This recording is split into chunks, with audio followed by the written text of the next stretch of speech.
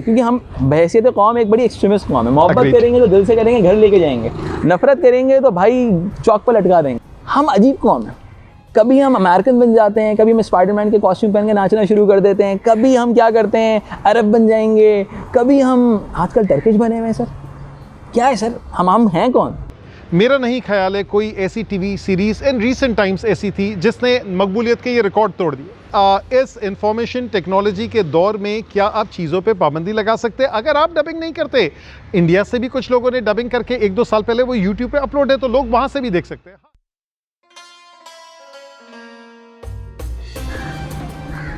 अस्सलाम वालेकुम, मुझे अब्दुल्ला शामीर कहते हैं और सिलसिला है बात निकलेगी तो। मेरे साथ मौजूद हैं शाहाब याकूब साहब। इस सिलसिले में हम बहुत सारे ऐसे मौज़ूआत पे बात करेंगे जिस पे बहुत से लोगों ने बात की, लेकिन हम अपने ख़यालात आपके साथ शेयर करना चाहते हैं और इसी सिलसिले को आगे बढ़ाते हैं। और सर आपसे एक सवाल है, सर आपने एर्तुगरुल देखा है? अब्दुल्ला माइंड नहीं कीजिएगा, मैं इसका प्रोनाउंसिएशन सही कर दूंगा। It's Ertugrul. एर्तुगरुल, ग्रेट, बिल्कुल sir, thank you so much. अच्छा सर, ये एर्तुगरुल देखा है आपने? एक बात बताएं। अल्हम्दुलिल्लाह सारी की सारी 450 किस्तें नेटफ्लिक्स पे देख लिए। सर कैसे सर, इतनी सारी किस्तें, इतना सारा टाइम? मैं नेटफ्लिक्स मैंने अकाउंट लिया हुआ था, लेकिन मैं इतना नहीं देख रहा था, लेकिन कहीं से मैंने पहली किस्त देखी और I was hook to it. यानी इतनी नेचुरल अदाकारी, सारा कुछ, यानी मुझे मज़ा आ गया। और वो भी सबटाइटल्स पढ़ना और ओरिजिनल टर्किश सुनना बेहतरीन। सर ऐसे तो एक बात एक साहब ने कही, बड़ी इंपॉर्टेंट बात है। वो कह रहे थे कि हम अजीब कौम है। कभी हम अमेरिकन बन जाते हैं, कभी हम स्पाइडरमैन के कॉस्ट्यूम पहन के नाचना शुरू कर देते हैं, कभी हम क्या करते हैं अरब बन जाएंगे, कभी हम आजकल टर्किश बने हुए हैं। सर क्या है सर, हम हैं कौन? क्या बहुत सारे लोगों का कहना है हमें सिंधी होना चाहिए, हमें पंजाबी होना चाहिए, हमें पठान होना चाहिए, हमें बलोच होना चाहिए। हम ये टर्किश, अरब्स और अमेरिकन क्यों घूम रहे हैं सर? इसके मैं आपको 2 जवाब देता हूँ, जो आपको पसंद हो वो आप ले लें। नंबर 1, ग्लोबलाइजेशन का दौर है, हर कल्चर के बारे में मालूम होना चाहिए। ख़ासतौर पे उन कल्चर के बारे में मालूम करने में कोई हर्ज नहीं है जिनसे हमारा मज़हब का रिश्ता है। शायद इसीलिए अल्लामा इकबाल ने कहा, चीनो अरब हमारा, हिंदुस्तान हमारा, मुस्लिम है हम वतन है, सारा जहां हमारा। क्या बात है। तो क्या कहते हैं सर, टर्किश बन जाए हम? अब्दुल्ला, इसमें असल चीज़ ये है कि हमें तुर्क या अरब बनने की ज़रूरत नहीं है, हम पाकिस्तानी ही सही है। लेकिन इस ड्रामे का मैसेज क्या है? मोहब्बत का, अमन का, शर्म हया का, रवादारी का, ऑनर का, ये मैसेज मुझे बहुत अपील करता है। सर बहुत सारे लोगों को लगता है ये इस्लामी ड्रामा है। पहले तो मुझे एक बात बताएं, इस्लामी ड्रामा क्या होता है, गैर इस्लामी ड्रामा क्या होता है, मुसलमान का ड्रामा क्या होता है, कुफ़ार का ड्रामा क्या होता है, ये क्या है सर? मेरे ख्याल से ड्रामा तो ड्रामा होता है, अगर हम एक आर्टिस्टिक पर्सपेक्टिव से देखें। इस्लामी ड्रामा इन द सेंस के कितनी जगहों पे यहाँ जो मुख्तलिफ कैरेक्टर्स घूमते हैं, तो चूँकि उनकी ज़िंदगी का महवर इस्लाम के गिर्द घूमता है, उसमें शेख इब्ने अरबी का एंट्रेंस होती है, किसी जगह पे वो सीरत का वाक़या कोट करते हैं। तो वो जितने खूबसूरत तरीके से जो इस ड्रामे की डायरेक्शन है कि किस ड्रामे के सीन के हिसाब से कहाँ उन्होंने सीरत का वाक़या कोट किया, I think that deserves an Oscar. ऐ वल्लाह बे, ऐसे ही कहते हैं ना जी, ऐ वल्लाह। ऐ वल्लाह। एक तरफ तो हम ये देखते हैं कि इस ड्रामे को हम एक तरफ से इस्लामी ड्रामा टैग कर देते हैं, दूसरी तरफ हमारी आवाम पागल हो गई है क्योंकि हम बहैसियत कौम एक बड़ी एक्सट्रीमिस्ट कौम है। मोहब्बत करेंगे तो दिल से करेंगे, घर लेके जाएंगे। नफरत करेंगे तो भाई चौक पर लटका देंगे। ठीक है, तो आजकल जो इसरा बिल्जिक जो खातून है जिन्होंने हलीमे का रोल अदा किया था, इंस्टाग्राम अकाउंट पर पाकिस्तानियों ने हमला कर दिया। सही, हलीमा बाजी को कभी कुछ कह रहे हैं, कभी कुछ कह रहे हैं, बाजी आपने ये क्या कर दिया। और मेरे नज़दीक उन्होंने एक तस्वीर लगाई थी और एक नॉर्मल सी तस्वीर थी। अगर कोई टर्की गया है, पाकिस्तान से बाहर भी अगर कोई गया है, तो उसको अंदाज़ा होगा कि वो कौमें एक बहुत टाइम उन्होंने गुजारा है सेकुलराइजेशन के एरा के साथ। उनको एक मुस्तफ़ा कमाल अतातुर्क के दौर के बाद से एक बहुत बड़ा एक कल्चरल रिफॉर्म आया, तो उनका कल्चर ऐसा ही, हमारी कौम तो समझने को तैयार नहीं है। सर क्या लगता है, हम अभी तैयार थे या हमें अभी भी बुलबुले देखना चाहिए? मेरे ख्याल से हमें बुलबुले से ऊपर उड़ना चाहिए। I mean it's one of the most epic drama. मेरे ख्याल से लोगों की निजी ज़िंदगी जो वो इंस्टाग्राम में शेयर करते हैं उसको अलग रखनी चाहिए। ट्विटर के इसरा बिल्जिक के अकाउंट को फॉलो करना चाहिए, जिसमें उन्होंने पाकिस्तानियों का शुक्रिया अदा किया तुर्की के झंडे के साथ पाकिस्तान का झंडा लगाया और उन्होंने एक्नॉलेज किया कि पाकिस्तान में ये ड्रामा इतना मकबूल हुआ। तो मेरे ख्याल से हमें हलीम सुल्तान की ज़्यादा फिक्र करनी चाहिए रादर देन इसरा विजय। और सुनने में आया शायद वो पाकिस्तान विजिट भी करेंगे और या उनकी टीम पाकिस्तान आएगी, हम वेलकम जरूर करेंगे, कोशिश करेंगे उनसे थोड़ी बहुत बातचीत हो सके। तो सर अब बात ज़रा सा थोड़ा सा मामला को दूसरे एंगल पे लेके जाते हैं, वही उसी सवाल के साथ बात करूँगा।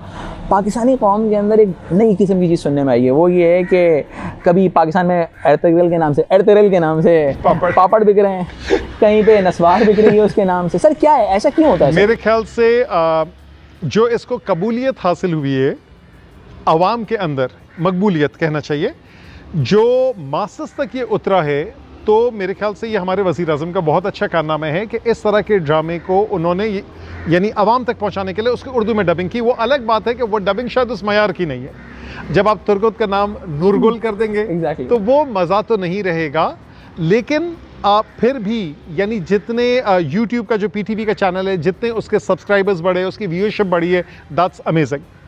सर कह रहे हैं कि इस ड्रामे के अंदर बहुत सारे ऐसे कैरेक्टर्स हैं जिनकी हिस्टोरिकल वेटेज है, जैसे कि एरतगरल का अपना खुद का कैरेक्टर है, टुरगुट का कैरेक्टर। टुरगुट के बारे से अगर मैं आपको बताऊं तो ये वो कैरेक्टर थे जिन्होंने एरतगरल को सपोर्ट किया, उनको सर्व किया। उसके बाद उस्मान जो थे, जो फर्स्ट ऑटोमन एम्पायर के जो बादशाह थे, और उस्मान को सपोर्ट किया। उसके बाद उनके साहबजादे को सपोर्ट किया और 125 साल की उम्र में ये शहीद हुए थे कहते हैं। तो सर ऐसे कैरेक्टर्स को देख के लोगों को लग रहा है कि हमारी कौम जिहादी हो जाएगी सर, हम सब टुरगुट बन के घूमना शुरू हो जाएंगे। हम सारे जो हैं वो क्या कहते हैं सर, वो जो कैरेक्टर थे कि बड़े ज़बरदस्त थे, वो जो 2 तलवारों से लड़ता था, क्या नाम है?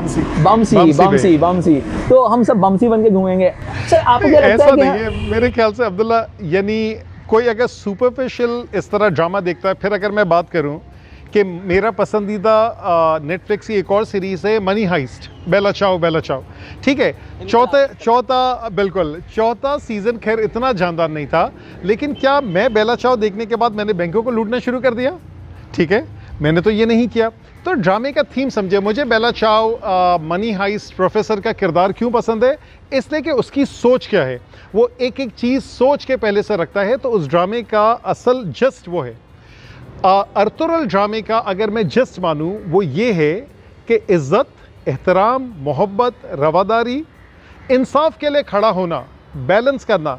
इंसाफ के लिए खड़ा होना यह है कि किसी गैर मुस्लिम के साथ भी नाइंसाफ़ी नहीं हो, और अगर मुसलमान वो नाइंसाफ़ी कर रहा हो, जैसे कुर्दुलू ने की, जैसे सादुद्दीन कोपिक ने की, तो उनको उसकी जायज़ सज़ा दिलवाना। आई वल्लाह भाई, सर इसका मतलब क्या है? आई वल्लाह का मतलब है we interest you to Allah. ये वो शुक्रिया के माने में भी इस्तेमाल कर सकते हैं, एक्नॉलेजमेंट के बारे में भी इस्तेमाल कर सकते हैं। तो मुख्तलिफ मानों में ये इस्तेमाल होता है, यानी एक तशक्कुर का जज्बा, आपकी बात सुन ली गई है, इस तरीके से। अब इसमें सॉरी अब्दुल्ला, एक चीज़ मैं और ऐड कर लूँ कि मुझे इस ड्रामे की एक ख़ास बात जो बहुत अच्छी लगी कि जब रसूलुल्लाह सल्लल्लाहु अलैहि वसल्लम का नाम आता है तो जितने मोहब्बत और एहतराम से अपने दिल पे वो हाथ रखते हैं, आफंदी इस तरह करके जो बोलते हैं, तो वो बहुत ही मुझे एक चीज़ अपनी। मैं इस बात से तो आपसे एग्री करूंगा कि तुर्क कौम की जो हॉली प्रॉफिट से मोहब्बत है वो तो देखने वाली है। आप जैसे अगर आप टर्की वगैरह में जाएं तो आपको महमद का नाम नजर आएगा।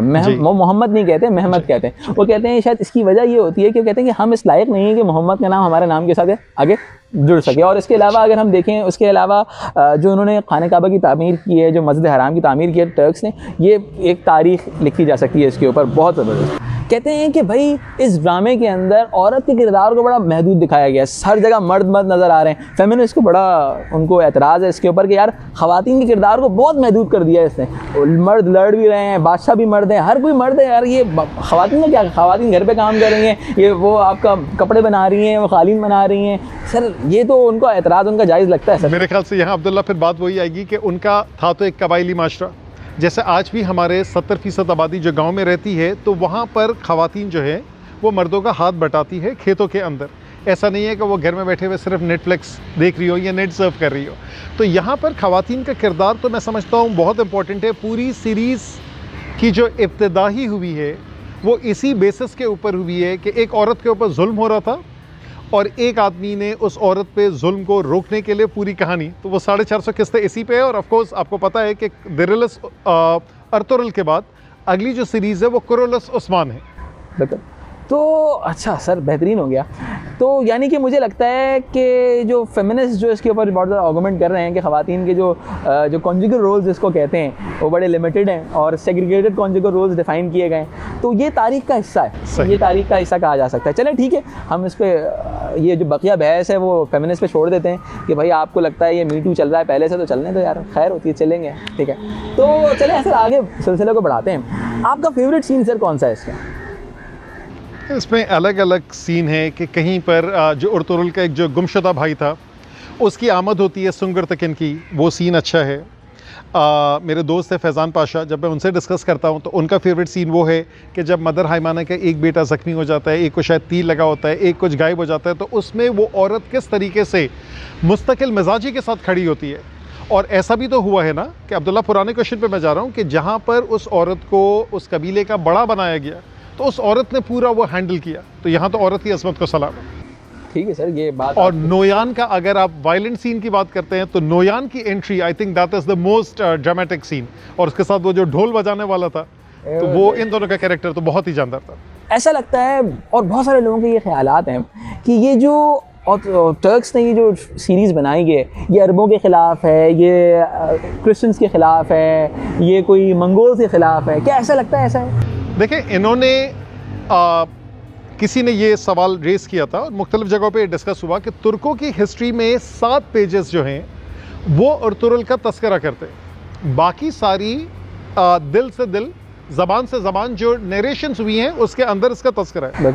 लेकिन अगर हम उस कॉन्टेक्स्ट को देखें, हिस्टोरिकल कॉन्टेक्स्ट को, कि जब उस वक्त सुल्तान अलाउद्दीन क्या वो बरसर इक़्तिदार था, तो आंसर इज़ यस। नोयान नाम का कोई कमांडर था, बाइजू नोयान के नाम से कमांडर था। अब क्या उसकी वाकई अर्तुगरुल से इस तरह की चक पलिश हुई या नहीं, वो एक अलग मौजू है, लेकिन वो सारे तारीखी वाक़यात है उसके अंदर अर्तुगरुल के कैरेक्टर को इन्होंने शामिल किया है। तो वहाँ नोयान के सामने कोई और नहीं आया होगा, अर्तुगरुल नहीं आया होगा, हो सकता है कोई और आया हो, तो ये एक अलग चीज़ है। लेकिन सारे जो वाक़यात है वो अपनी जगह, सादुद्दीन कोपेक नाम का वज़ीर वाक़यातन मौजूद था, तो ये हिस्टोरिकली यहाँ पे साउंड है। सर यानी कि एक बात तो हकीकत है ना कि जिस तरह वक्त आगे बढ़ता रहता है और वक्त की धूल जो होती है तारीख़ के औराक को, उसके अल्फाज को, उसके वाक़यात को तब्दील कर देती है, तो क्या ऐसा नहीं लगता कि इस ड्रामा सीरियल के थ्रू भी इन्होंने तारीख़ को बदलने की कोशिश की? अब्दुल्ला, बहुत ही टेक्निकल क्वेश्चन है। मुझे नहीं पता कि जैसे इनके वज़ीर आज़म है, मेरे ख्याल से ये उनका मीडिया प्रोजेक्ट था। Exactly. और एक ड्रामे को 163 मुल्कों में जो मकबूलियत हासिल हुई, मेरा नहीं ख्याल है कोई ऐसी TV series in recent times ऐसी थी जिसने मकबूलियत के ये रिकॉर्ड तोड़ दिए। इसके अंदर क्यों ये मकबूलियत हासिल हुई कि लोगों ने, मज़लूम अक़वाम ने ये जाना गोया ये हमारे दिल की आवाज़ है। उनको ये अच्छा महसूस हुआ कि यार कोई ऐसा ड्रामा भी है जिसमें sex, drugs and rock and roll नहीं है। इसमें यह है कि बात हो रही है अच्छे प्रिंसिपल्स की। उसके लिए एक आदमी खड़ा होता है, वो कहता है कि मैं एक अकेला सोल्जर हूँ, कोई मसला नहीं, मुझे सुल्तान बनने से बेहतर है कि मैं एक अकेला सोल्जर हूँ मगर हक़ के रास्ते में हूँ। कहीं शेख इब्न अरबी का तस्करा होता है कि वो उनको सीरत से और कुरान के वाक़यात से वो हवाला देते हैं। तो मुझे तो यानी इसके अंदर ना शिद्दत पसंदी नज़र आई, मुझे इसके अंदर इंसाफ नज़र आया, मुझे बैलेंस नज़र आया कि मज़लूमों की किस तरीके से हिमायत की जाती है। यानी मुझे जो फिल्में पसंद है वो इस टाइप की थी, जैसे मैंने ब्रेव हार्ट देखी थी कि स्कॉटिश एक लीडर है, एक फ्रीडम फाइटर है, वो खड़ा हुआ ब्रिटिश के खिलाफ। लास्ट ऑफ द मोहिकन्स देखी, तो मुझे इस तरह की, इस जॉनरे की फिल्में पसंद है, इससे शायद मुझे ड्रामा बहुत ज़्यादा अपील किया। लेकिन सर एक बात है, एक बड़े मज़े की बात आपसे कहूँ, बहुत सारे लोगों ने इन्होंने ज़िंदगी भर कौन सी फिल्में बनाई, उन्होंने एक डंडा हाथ में रखा, बड़ी बड़ी मूछें की और सामने खातून डांस कर रही हैं, ये उनका कंट्रीब्यूशन है फिल्म इंडस्ट्री के हवाले से। फिर आखिर में जाके उन्होंने थोड़ी बहुत बेहतर फिल्में भी बनाई, लेकिन उनको लगता है कि पाकिस्तान के अंदर अर्तुगरुल को उर्दू डबिंग के साथ शेयर नहीं होना चाहिए। आपको क्या लगता है कि उनकी सोच सही है? मैं आपका इशारा समझ गया हूँ, लेकिन मेरे ख्याल से उर्दू डबिंग के साथ डबिंग की क्वालिटी बेहतर होनी चाहिए। लेकिन वही वाली बात है कि यानी इस इंफॉर्मेशन टेक्नोलॉजी के दौर में क्या आप चीज़ों पे पाबंदी लगा सकते हैं? अगर आप डबिंग नहीं करते, इंडिया से भी कुछ लोगों ने डबिंग करके 1-2 साल पहले वो यूट्यूब पे अपलोड है, तो लोग वहाँ से भी देख सकते हैं। हाँ, ये एक अच्छा गवर्नमेंट का मुस्तहसन इक़दाम है कि उसने ये जो डबिंग की, इसकी वजह से मासेस तक ये पहुँचा और फिर वही बात निकली कि पापड़ और निस्वार तक पहुंची। लेकिन मेरे ख्याल से ये छोटी सोच की अक्कासी करता है कि आप बेशक हम अपने हीरोज़ पे भी बनाएं, हमारे अपने जो मुगल हीरोज़ थे और इस्लामिक हीरोज़ थे, इस रीजन के जो हीरोज़ थे उनके ऊपर बनाए, 1857 के ऊपर बनाए, किसी ने पाबंदी थोड़ी लगाई। अब इतना अरसा आप गंडासा लेकर और खेतों में आप पूरे खेतों को आपने तहोवाला कर दिया, वो फिल्में आपने बना ली और अचानक आपको याद आ रहा है कि अर्तुगरुल को नहीं बनना चाहिए। मेरे ख्याल से वही वाली बात है कि किसी ने एक लकीर बना दी, उस लकीर से उसको छोटा नहीं करना है, साथ में बड़ी लकीर बना के उसको आप बुलंद करें। बहुत ज़बरदस्त बात कि उस लकीर को छोटा ना करें, उस लकीर को एक्सटेंड करें आगे के लेवल पे। तो बात दरअसल यही है कि हमें चीज़ों को नज़रियाती तौर पे नहीं, हमें उसको as a piece of art देखना चाहिए। Agreed. शायद उसको as a piece of art देखने के बाद हम थोड़े ठंडे हो जाएं, और मुझे लगता है कि कम से कम कुछ फ़ायदा हो ना हो, इस सीरीज़ का एक फ़ायदा हो जाएगा पाकिस्तान में ऑन एयर होने से कि टर्की के वीज़ा आराम से लग जाएंगे। वैसे भी लग जाते हैं, अब भी लग जाएंगे थोड़ा, कुछ कंट्रीज हैं। जो हमारी फिल्मों ड्रामों का मयार जो है वो बुलंद होगा। सिर्फ ये नहीं कि वही घिसे फटे जो ड्रामे होते हैं, घिसे पिटी थीम होती है, सिर्फ उस पर नहीं बनेंगे, उसके अलावा भी यानी थीम्स ब्रॉड इन होंगे, कंपटीशन डेवलप होने के चांसेस बिल्कुल है। कहते हैं कि बात निकलेगी तो बहुत दूर तक जाएगी। तो आज का सिलसिला यहीं तक था और हमने बात की अर्तुगरुल के हवाले से। मुझे उम्मीद है आप लोगों को अच्छा लगा होगा, और अगर अच्छा लगा है तो अपने कमेंट सेक्शन में ज़रूर बताइएगा। अपना बहुत ख्याल रखें। अल्लाह हाफ़िज़।